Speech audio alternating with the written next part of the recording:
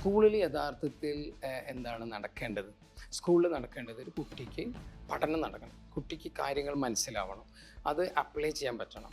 ഇത് എനിക്ക് ജീവിതത്തിൽ ആവശ്യമുള്ളതാണെന്ന് മനസ്സിലാക്കിയിട്ട് ഓരോ സബ്ജക്റ്റും പഠിക്കാൻ പറ്റണം. അത് വേഗത്തിൽ പഠിക്കാൻ പറ്റുകയും അത് ചോദിക്കുമ്പോൾ അത് വിശദീകരിച്ചു കൊടുക്കാൻ പറ്റുകയും അത് അപ്ലൈ ചെയ്യാനൊക്കെ പറ്റുക എന്നുള്ളതാണ് ലേണിംഗ് എന്ന് പറയുന്നത്.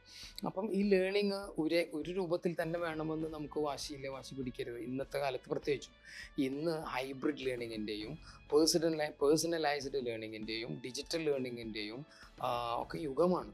അപ്പം ആർട്ടിഫിഷ്യൽ ഇൻ്റലിജൻസും മെഷീൻ ലേണിംഗ് ഒക്കെ വന്നിട്ടുള്ള ഈ കാലഘട്ടത്തിൽ കുട്ടികൾ വളരെ ഫാസ്റ്റായിട്ട് പല കാര്യങ്ങളും പഠിക്കുന്നുണ്ട്. അവരുടെ കയ്യിൽ ഒരുപാട് ടൂൾസ് ഉണ്ട്. ആ ടൂൾസൊക്കെ വെച്ച് വളരെ എളുപ്പത്തിൽ അവർ കാര്യങ്ങൾ ഗ്രഹിച്ചെടുക്കുന്നു.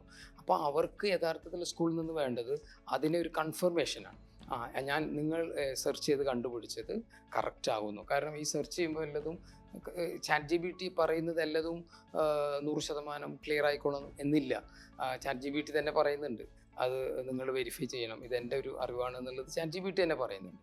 അപ്പോൾ സ്കൂൾ യഥാർത്ഥത്തിൽ വേണ്ടത് പഴയ പോലെ A to Z കാര്യങ്ങൾ മുഴുവൻ ഇരുത്തി പഠിപ്പിക്കുക എന്നുള്ളതല്ല. പകരം കുട്ടിയെ പേഴ്സണലായിട്ട് പഠിക്കാൻ പ്രേരിപ്പിക്കുകയും അവൻ അല്ലെങ്കിൽ അവൾ സ്വന്തമായിട്ട് റിസർച്ച് ചെയ്ത് കണ്ടുപിടിക്കുകയും ആ കണ്ടുപിടിച്ചത് പിന്നെ എന്താ ചെയ്യേണ്ടത്, സ്കൂളിൽ അത് കൺഫേം ചെയ്യണം. ടീച്ചേഴ്സ് അല്ലെങ്കിൽ ബന്ധപ്പെട്ട ആളുകൾ അത് കൺഫേം ചെയ്യണം.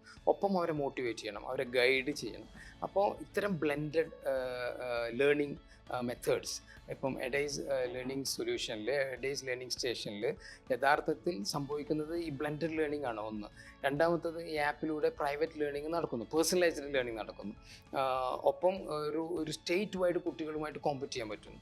പലപ്പോഴും ഇപ്പോൾ ഞാൻ പഠിക്കുന്നൊരു സ്കൂളിൽ, ഇപ്പോൾ എൻ്റെ മകൻ പഠിക്കുന്നൊരു സ്കൂളിൽ അവൻ ഒരു പ്രത്യേക നിലവാരത്തിൽ ഒരു സ്റ്റാൻഡേർഡിൽ നിൽക്കുന്നു. അപ്പോൾ അവൻ വിചാരിക്കും, ഞാൻ സ്കൂളിൽ നല്ല ഹൈ മാർക്ക് കിട്ടുന്ന ആളാണെങ്കിൽ അവൻ വിചാരിക്കും ഞാൻ വളരെ ബ്രൈറ്റാണ്. അല്ലെങ്കിൽ മിഡിൽ നിൽക്കുമ്പോൾ അവൻ വിചാരിക്കും ഞാൻ മിഡിലാണ്, താഴെ നിൽക്കുമ്പോൾ വിചാരിക്കും ഞാൻ ലോ ആണ്. ഇങ്ങനെയൊക്കെ വിചാരിക്കാം. ഞാൻ കേരളത്തിൽ എവിടെ നിൽക്കുന്നു ഇതറിയണ്ടേ, ഞാൻ ഇന്ത്യയിൽ എവിടെ നിൽക്കുന്നു ഇതൊക്കെ അറിയണമെങ്കിൽ ഇന്ത്യയിലെ അല്ലെങ്കിൽ കേരളത്തിലെ മറ്റു കുട്ടികളുമായിട്ട് മത്സരിക്കണം. ഇപ്പോൾ എഡൈസിൽ വരുമ്പോൾ ആ കുട്ടി മത്സരിക്കുന്നത്, ഇടപഴകുന്നത്, ഒന്നിച്ച് പരീക്ഷ എഴുതുന്നത് കേരളത്തിൽ അങ്ങോളം ഇങ്ങോളമുള്ള കുട്ടികളുമായിട്ടാണ്, അല്ലെങ്കിൽ ഇന്ത്യയിലെ പല സംസ്ഥാനത്തുള്ള കുട്ടികളുമായിട്ടാണ് അവർ കോമ്പറ്റ് ചെയ്യുന്നത്. അപ്പോൾ they can understand where they stand. അവരുടെ പൊസിഷൻ എന്താണെന്നുള്ളത് വളരെ കൃത്യമായിട്ട് മനസ്സിലാക്കാൻ സാധിക്കും. എന്ന് മാത്രമല്ല പല പേഴ്സ്പെക്റ്റീവ് മനസ്സിലാക്കാൻ സാധിക്കും. ഇന്ത്യ എന്താണെന്ന് തന്നെ യഥാർത്ഥത്തിൽ ഈ പ്രോഗ്രാമിലൂടെ കുട്ടികൾക്ക് മനസ്സിലാക്കാൻ സാധിക്കും.